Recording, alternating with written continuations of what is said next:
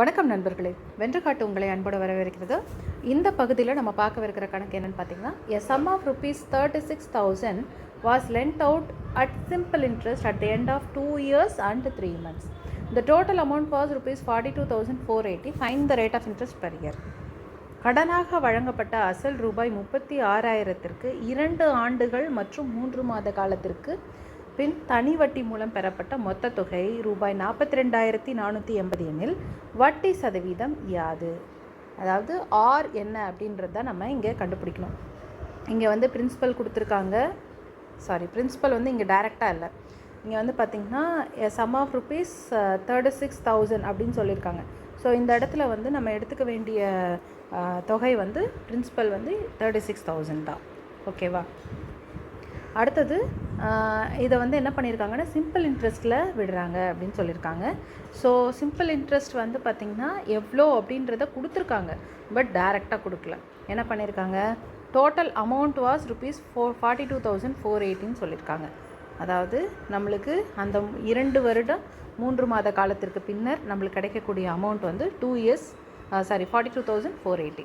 அதாவது 2 years and 3 monthsன்னு சொல்லியிருக்காங்க இல்லையா? இதை வந்து எப்படி எழுதணும் அப்படின்னு பார்த்தீங்கன்னா, 2 yearsங்கிறத மொத்தமாக வந்து ஒன்று இயராக கன்வெர்ட் பண்ணணும், இல்லைனா வந்து மந்த்தாக கன்வெர்ட் பண்ணணும். ஸோ இங்கே வந்து பார்த்திங்கன்னா 2 yearsன்றது 24 months, 3 months அதோடு ஆட் பண்ணிக்கலாம். அப்போ 27 months வரும். ஸோ இதை இயராக மாற்றுறதுக்கு நம்ம என்ன பண்ணணும், 12ஆல் டிவைட் பண்ணணும். ஸோ இதை மறந்துடாதீங்க, இது ரொம்ப முக்கியமான ஸ்டெப்பு. அடுத்தது நம்மளுக்கு தெரியும் ஃபார்முலாவில் PNR is equal to PNR by 100ன்றது தான் வந்து சிம்பிள் இன்ட்ரெஸ்ட். ஓகேவா? நம்மளுக்கு இங்கே தெரியாதது என்ன, ரேட் ஆஃப் இன்ட்ரெஸ்ட் என்னன்றது தெரியாது. ஆர் தான் நம்மளுக்கு என்னன்றதே தெரியாது. ஸோ நம்ம மிச்சதெல்லாம் சப்ஸ்டியூட் பண்ணலாம். இங்கே வந்து பார்த்திங்கன்னா இன்ட்ரெஸ்ட் நான் கண்டுபிடிக்கணும்னு சொன்னேன். இன்ட்ரெஸ்ட் கண்டுபிடிக்கிறதுக்கு என்ன பண்ணணும், இந்த 42,480லேருந்து 36,000 மைனஸ் பண்ணணும். ஓகேவா? ஏன்னா மொத்த தொகை கொடுத்துட்டாங்க, பிரின்சிபல் நம்மளுக்கு தெரியும், அதுலேருந்து கழிச்சா மீதம் வர்றது தான் நம்மளுக்கு தனி வட்டி தொகை. 0, 8, 4, 6, 6,480 தான் வந்து சிம்பிள் இன்ட்ரெஸ்ட். சரியா? ஓகே. இங்கே வந்து பார்த்திங்கன்னா 36,000 இன்ட்டு என்னங்கிறது 27/12. ஆறுன்றது நம்மளுக்கு தெரியாது, R/100ன்னு போட்டுக்கிறோம். 6480. இது என்னது, சிம்பிள் இன்ட்ரெஸ்ட் இங்கே கண்டுபிடிச்சி வச்சோம்ல, அதுதான். இப்போ இந்த 2 0 கேன்சல் ஆயிரும். இங்கே 30 முறை வரும். ஓகேவா? இந்த 0வும் கேன்சல் ஆயிரும். ஸோ அகெயின் வந்து பார்த்திங்கன்னா இந்த 3 இதால் அடிக்கும்போது 3, 2, 1, 6. ஓகேவா?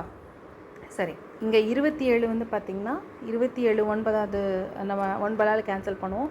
3 இங்கே 9ஆல் பண்ணும்போது என்ன வரும், 9 2 18, 36 4. இப்போ இந்த 3யும் 24 கேன்சல் ஆச்சுன்னா 8.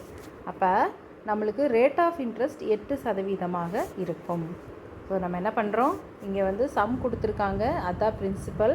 இங்கே வந்து சிம்பிள் இன்ட்ரெஸ்ட்டோட நம்மளுக்கு மொத்த தொகை வந்து 42,480ன்னு சொல்லியிருக்காங்க. அப்போ என்ன பண்ணணும், A minus P is equal to simple interest. இந்த கான்செப்டை யூஸ் பண்ணி 6,480 சிம்பிள் இன்ட்ரெஸ்ட்டுன்னு கண்டுபிடிச்சிட்டோம். அதுக்கப்புறம் பார்த்திங்கன்னா நம்பர் ஆஃப் இயர்ஸ் வந்து 2 years and 3 months. அது வந்து 24 + 3 27 monthsன்னு போட்டோம், 27/12 போட்டோம்.